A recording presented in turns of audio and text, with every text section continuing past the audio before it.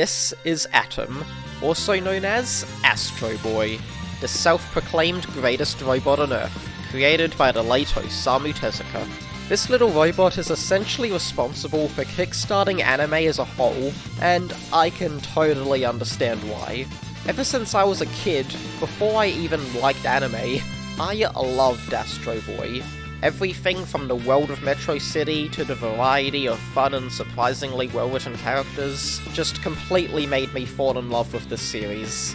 And even having looked back on the franchise now as an adult, it holds up even better than I thought it would.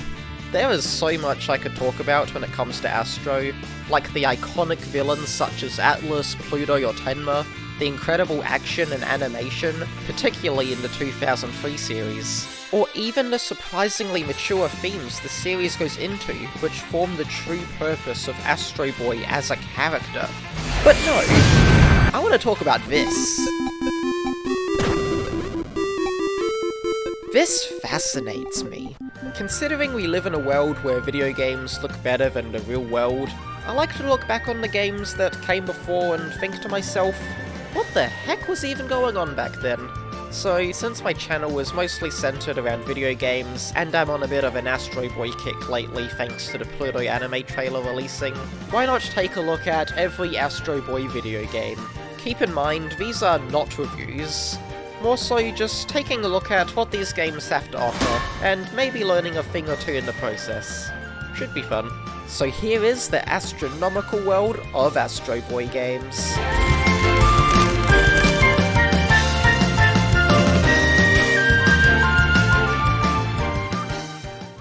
Get ready for the video game of all time! Astro Boy! This game sucks! Shut up! The very first Astro Boy video game, simply titled Tetsuan Atom, released way back in 1988 on the Famicom, exclusively in Japan. Tetsuan Atom is the series name in Japan if you didn't know already, and it was developed by a company called Home Data, and was published by Konami. I'm sure you've heard of Konami, but you might not have heard of Home Data. Well, that's probably because they rebranded to Magical Company in 1993. After doing some research, turns out Home Data actually worked on a couple Fatal Fury games. Those ones look great, so I bet Tetsuan Atom is gonna look just as good. Oh right, it's a Famicom game. In all seriousness, it's honestly not that bad for an NES game. Even the title screen looks pretty good. I've definitely seen worse. Considering it's based on the 1980s iteration of the show, it's honestly not a bad starting point for Astro Boy video games. As far as I can tell, cause unfortunately Tetsuan Famicom here never got an official English release. You got a bunch of the characters from the show present here, like Dr. Elephant, Uran, the teacher with the best name ever, Daddy Walrus, Daddy. and even some variation of a certain group I probably shouldn't mention on YouTube. All reoccurring characters in Astro Boy media. Even that last one. What the f***? So that's cool. But what's the game actually like? Well, imagine Mega Man. If he preferred Punch to Lemonade, he robbed the bad guys after he already killed them, and he could fly. Also, you need to fulfill random tasks on each level to progress that apparently get worse as the game progresses. Kinda like the Chaotix in Sonic Heroes, actually. That's Tetsuan Atom on the Famicom. It's simple, but seems enjoyable enough for what it is. It is pretty cool how you can fly around freely whenever you want, though. As for the story, it's just as simple as the gameplay, following the same plot as the show, but now the bad guys have stolen Dr. Elephant's monies, and Astro has to go get them back. Riveting, I know. This is a little Famicom game, released 8 years after the show it's based on originally aired. There's admittedly not a lot to talk about. I just think it's interesting that this kinda game even exists. They really just turned anything into a game back then, didn't they? Same goes for pretty much every other game in this video. But as for this one, it's really nothing special. Although I would like to quickly mention the soundtrack. Not because it's good, but because it seems like any sound effect just interrupts the music, to make it sound like one of those Mario song but unsatisfying videos. There's also this absolute banger which makes the Sonic Colors Wisp music sound like Mozart.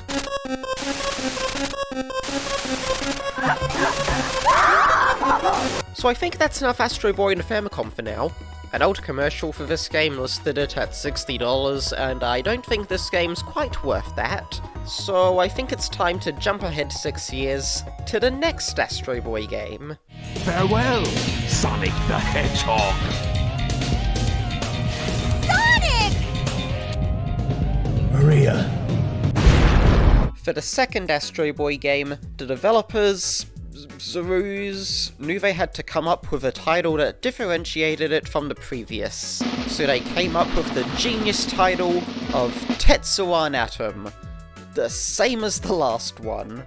Astro was reusing titles before, it was cool. Ignoring the title, is anything different from the NES game? Well, yeah, a lot actually. Let's start with the story.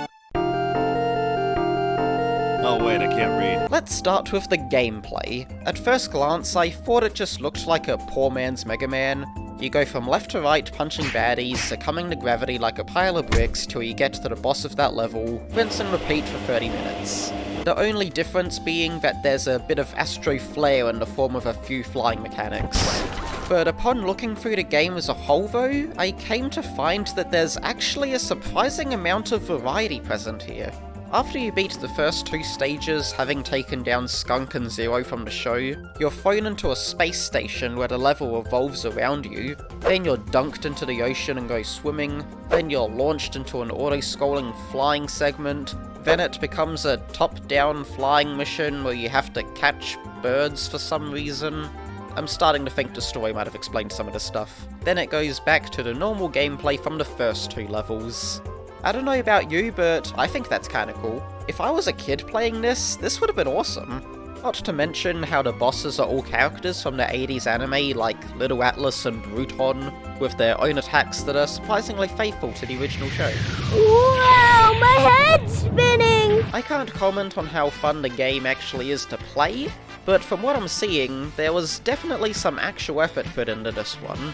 The thing that impressed me most though, is the credits. They're the coolest part of the game. Kinda makes the rest of the game sound terrible, doesn't it? The credits are a shot-for-shot remake of the shows, but with a newly arranged version of the main theme, replacing Facing Toward Future from the original. And, dare I say, it actually looks and sounds really good. Maybe it's cause I had low expectations going into these, but Astro Boy on the Super Famicom kinda impressed me. I only wish I knew what was going on in these cutscenes, cause like the previous Astro Boy game, this was only ever released in Japan. According to the internet's very small documentation of this game, the plot just seems to follow a simplified retelling of the anime, which makes sense, so I don't think I'm really missing much. Overall though, Astro Boy and the Super Famicom, pretty cool. After this though, there would be an almost decade-long wait for the next Astro Boy game. I guess they were just waiting for the best Astro Boy incarnation to drop. Sonic says, if you're born, punch an orphan. That's going too far. Alright, this might be the most fascinating game here.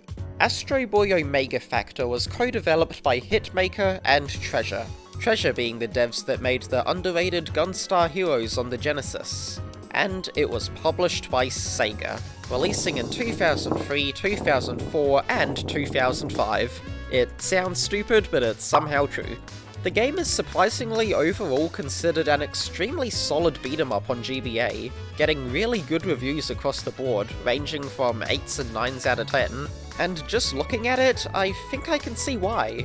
Visually it's really nice, with lots of details and the sprite work and backgrounds, and then there's all the smooth animations on all the characters.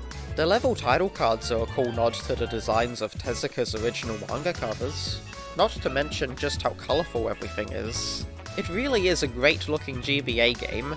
Out of all the other pre-2010s Astro games, this one probably holds up the best. As for the gameplay, it doesn't seem to have a lot of depth, but I think it makes up for it in what you can actually do. You have basic punches and kicks similar to the previous Astro Boy games, but now you can activate lots of different special attacks. Like there's your massive arm cannon which launches a big ol' laser, and then there's this cool air dash attack too. But the best part of your arsenal is your ass. Oh, tipping really stinks in here. Why would you do that, dude? Because poop is funny. All of which you can upgrade to make them even more powerful. It's honestly pretty cool. And to misquote IGN, it really makes you feel like Astro Boy. The gameplay itself must have been pretty good, considering that one of the later games I want to talk about essentially copies this game's gameplay entirely. Even though the game itself clearly has a lot to offer, I really want to talk about the story, as this time around we start with the beginning. And then it just becomes another retelling of various events in the 2003 anime, just slightly rewritten to fit the context of this game. It's good, but nothing too crazy. It's the rest of the story, however, that really interests me. It's kinda insane. So turns out, this Astro Boy game is also a massive crossover between a whole bunch of other Osamu Tezuka characters, who I'm admittedly unfamiliar with. But here's the part that shocked me. At some point you're introduced to this little three-eyed boss baby looking man named Shiraku, who tricked everyone into thinking he was actually a robot named Shadow. He in the anime originally tricked everyone into thinking he was Dr. Tenma, Astro's original creator. Shiraku himself was originally the protagonist from his own manga called The Three-Eyed One, although now on Omega Factor he's a full-on bad guy who has this thing called the Death Mask. But actually this mask is a goddess who decides she wants to kill all robots, including Astro. You'd think this would be the plot for the rest of the game, but no, there's more. While Astro is trying to defeat Shiraku, the boss baby man unleashes the Death Mask, who actually does end up killing Astro Boy. No fake out, no getting back up, no getting kissed back to life. Astro Boy is straight up bleeping dead. Roll credits. Now it's time, I'm here to tell. And this isn't even halfway through, because then a big flaming chicken approaches Astro in the afterlife, giving him a second chance by going back in time, resulting in rebirth. From then on, you essentially replay through the whole game again in a sort of enhanced New Game Plus mode, with a different story due to Astro's time travel altering the timeline. Happy Death Day to you, Astro! So during the rebirth half of Omega Factor, the story is actually a mostly original narrative exclusive to this game that uses all sorts of other Tezuka characters to progress it. There's still elements of existing episodes used, like with the Blue Knight, and even some elements taken from the 80s anime, like with Garon appearing. But the overall narrative is original to this game, and somehow this is the only Astro Boy game to try this. And I think it works really well. Out of all the Astro Boy games, this one pulls the most from the entirety of Astro Boy and Tezuka characters' history up to this point, and I think that's pretty awesome. The only thing that confuses me is that the Omega Factor replaces Kokoro from the anime, even though Omega Factor is literally just meant to be an evil Kokoro. Whoops! Either way, it's a cool title. Apparently Omega Factor is the best Astro Boy game. Doesn't give me a ton of hope moving forward in regards to quality, but who knows. Jumping from SNES to GBA obviously meant they could build upon the previous game a lot. But what happens when you jump from GBA all the way up to 6th generation consoles? Then everyone will eat in the chop bucket, and I will rule the world!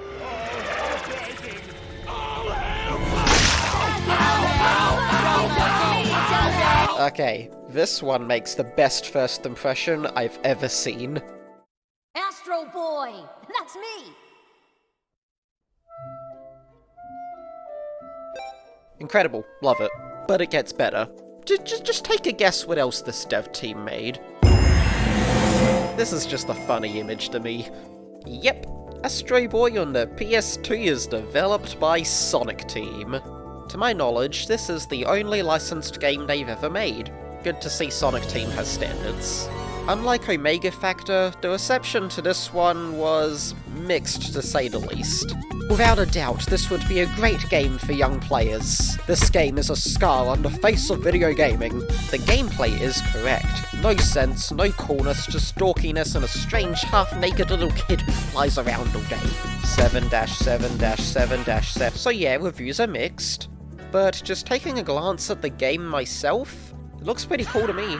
For being the first 3D Astro Boy game, graphically it isn't half bad. I think it does a decent job at emulating the style of the anime in 3D. Almost everyone is fully voice acted with the original cast, so that's cool. It took them a while, but they finally straight up stole from Mega Man. Did I mention Mega Man was originally gonna be an Astro Boy game? There's some cool animations and combat abilities you can use. You can freely fly throughout the city and even your own living room. I told you, stop flying in the house! And of course, being a Sonic Team game, the soundtrack is unnecessarily good, using music from the 2003 anime as well as original compositions.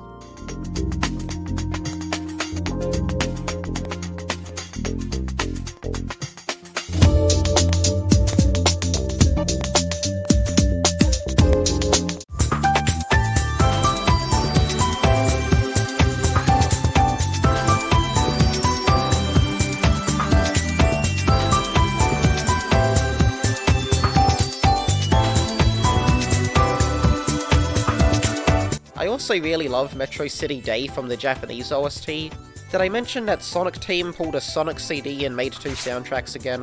One for Japan and one for, well, not Japan. Although here it's probably because the original anime already had a separate soundtrack between regions. Anything to get True Blue on the game OST, I guess. But still, kinda funny. Everything may look fine so far, but it's just that when I started to look beneath the surface, that's when the cracks started to show. Like, the gameplay looks a little janky to say the least.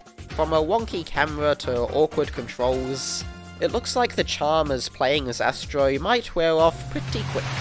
There is some cool spectacle though, I'll admit that. But aside from the gameplay, what's the story like?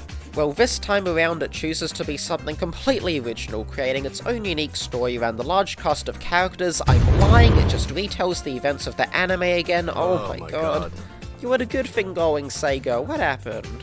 The only difference between the anime and the game's story is that the game is essentially what happens when you condense the anime into dot points. Some of the coolest parts from the anime are here, just without any of the character development or backstories or mature themes that made those episodes so good to begin with. In some parts it just feels like they made Tenma the lead of a boy band. Why? Tell me why. Ain't nothing but a heartache. Tell me why. Ain't nothing but a mistake. Seriously though, the 2003 Astro Boy anime and the Pluto manga especially are really just excellent. I could probably make a whole review dedicated to either one if I really wanted to. Okay, back to polygons now. Even with all these obvious flaws, the PS2 Astro Boy game would probably have been one of my favourite games as a kid. Nowadays I can understand the mixed reviews just by looking at it. But if you're in this game's target demographic, then who cares about a mediocre story and janky controls? I'm playing as Astro Boy with free control to fly around Metro City fighting evil robots on my favourite anime. If this game was more polished and released today, I think I'd be able to call this the definitive Astro Boy video game. All the elements are there, it's just an execution where it becomes apparent this is still another PS2 license game.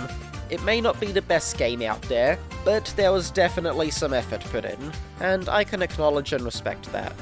That's 2 games based on both the 80s and 2000s anime series. Logically, I think it now makes sense to pull a Teen Titans Go To the movies!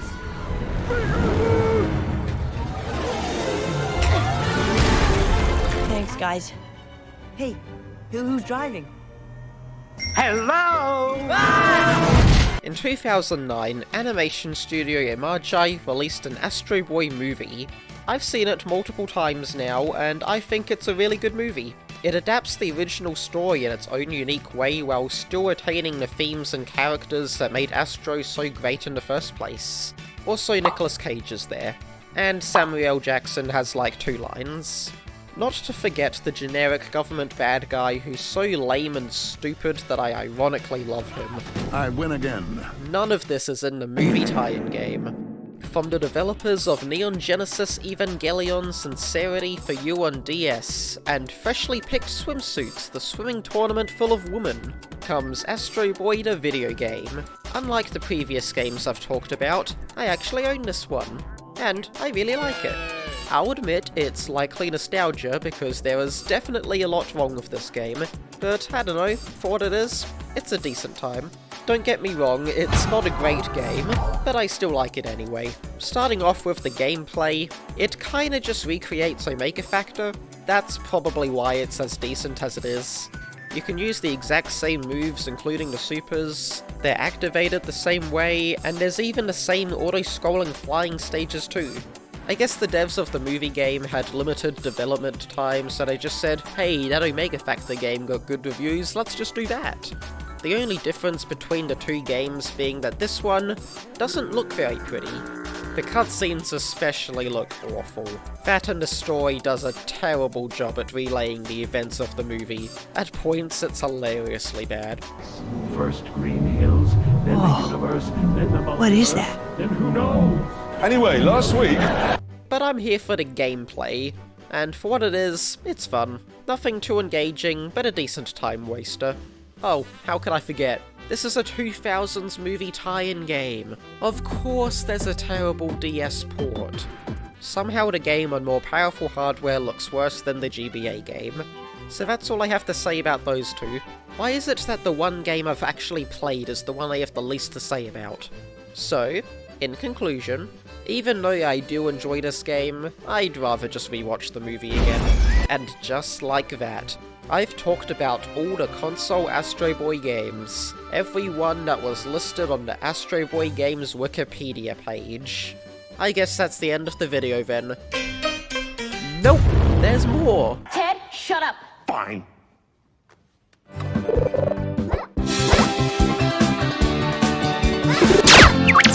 Piss off! At the very beginning of this video, I mentioned uncovering a massive conspiracy. And I wasn't kidding. It all revolves around the Astro Boy mobile games, and the mobile game company, Astro Games. If you look up Astro Boy games on Wikipedia or the App Store expecting to find all of them, you'd be mistaken, cause none of them are listed anywhere on the wiki page, and they all seem to be delisted, initially making me believe that there were no Astro Boy mobile games.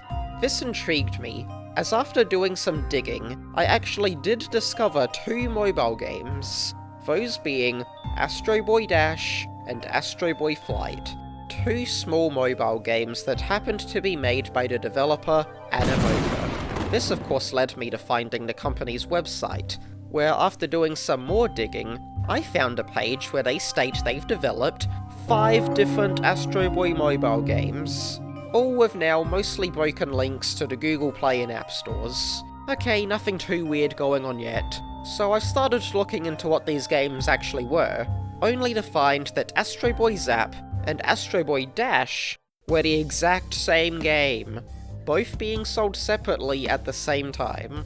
Now things were starting to get a little strange. Why would Tezuka Productions even allow Animoca to release the same officially licensed game twice, just under different names?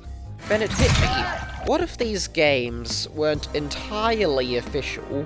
What if these games were technically illegal, using the Astro Boy franchise without actually having the rights to profit off of it? No way, that couldn't be true, that's stupid!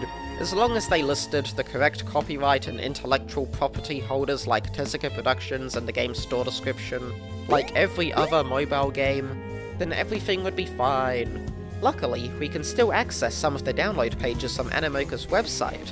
Oh wait, there's nothing! The only credits going to the same company, Animoca. Did I mention Animoca is also heavily into all things NFTs and blockchain tech?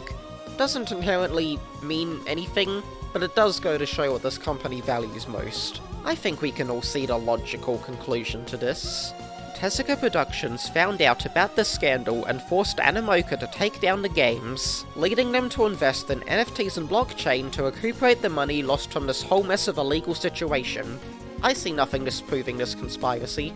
Just ignore how I did mention the Tezuka copyright in one game trailer and a banner on Facebook. But maybe those were fake.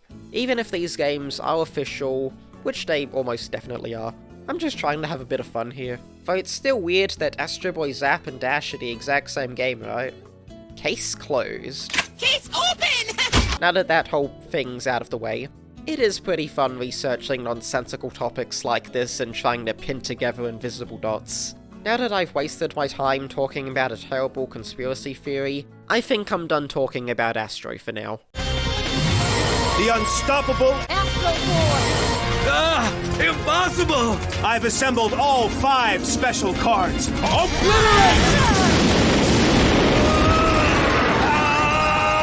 So what did we learn here today?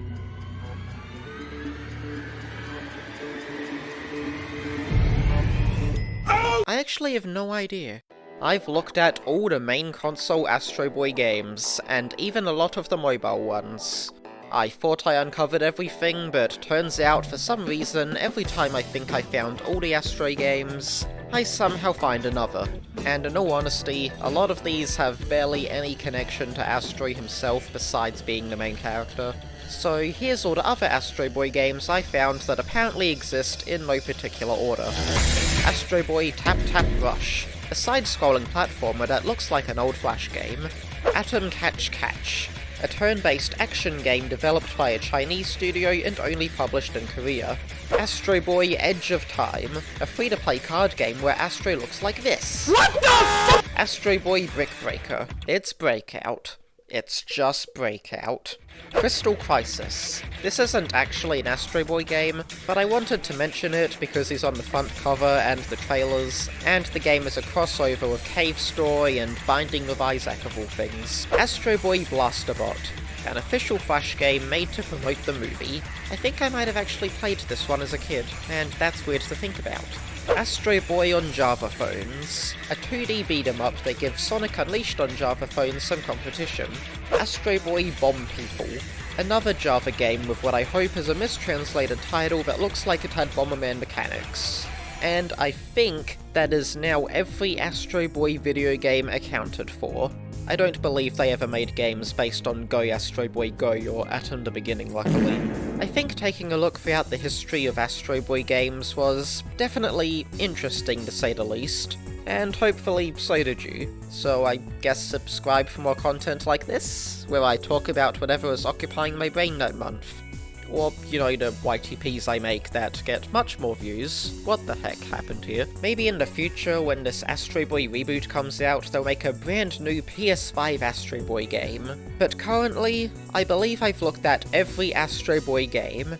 We began on the NES and ended on an iPhone. Some games were surprising, others were fascinating, and a couple just kinda sucked. But the one thing they have in common is that they were all based on the greatest robot on Earth. All that's left is to wait for the Pluto anime to come out and revitalize interest in this young robot. And maybe then we'll get a true definitive Astro Boy video game. Either way, this has been the astronomical world of Astro Boy games.